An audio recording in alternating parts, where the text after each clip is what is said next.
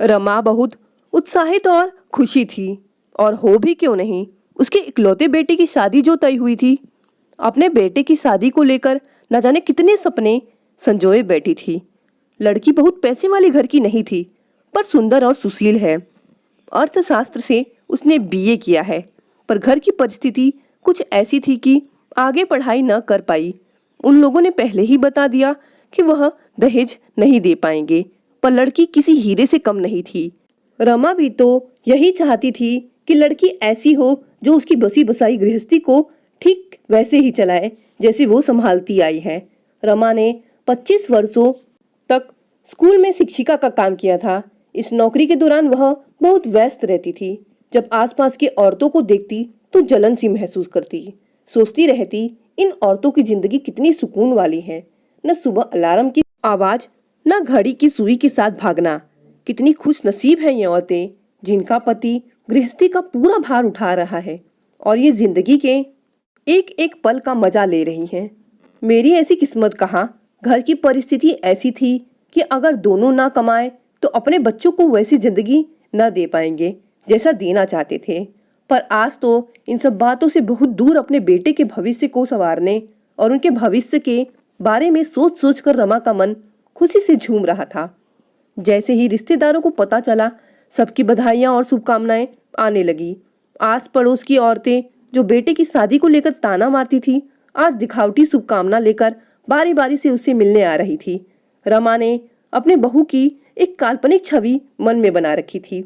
वह उसे बहू नहीं बेटी मानेगी। उसके आते ही उसकी सहेली बन जाएगी, उसे बहुत प्यार करेगी और काम करने का दबाव न डालेगी, पर हाँ, गृहस्थी का बोझ उसे सौंप कर आराम करेगी। ऐसी न जाने कितनी बातें सोच सोच कर वह सपने बुनती रहती।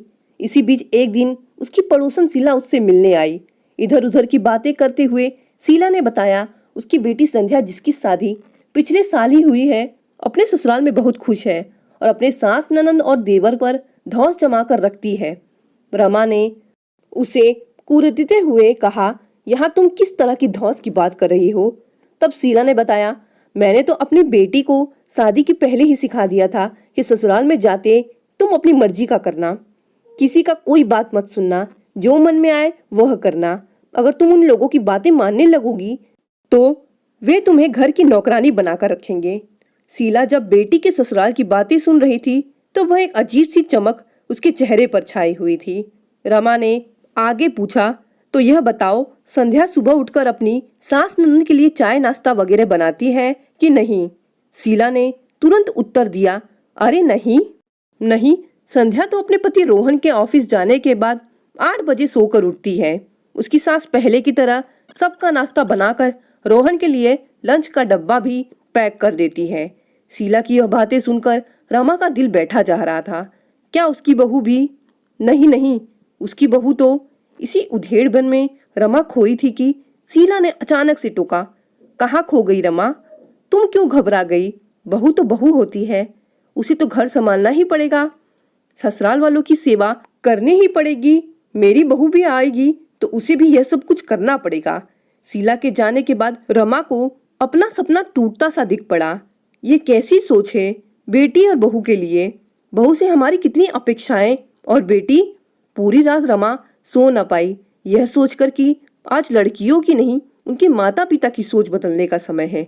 शीला जैसी न जाने कितनी माँ और बेटी को उसके ससुराल में एडजस्ट करने की सलाह न देकर गलत रास्ते पर जाती हूँ, और संध्या जैसी बेटियां गुमराह और अपनी गृहस्थी को संभालने में असमर्थ हो जाती हैं।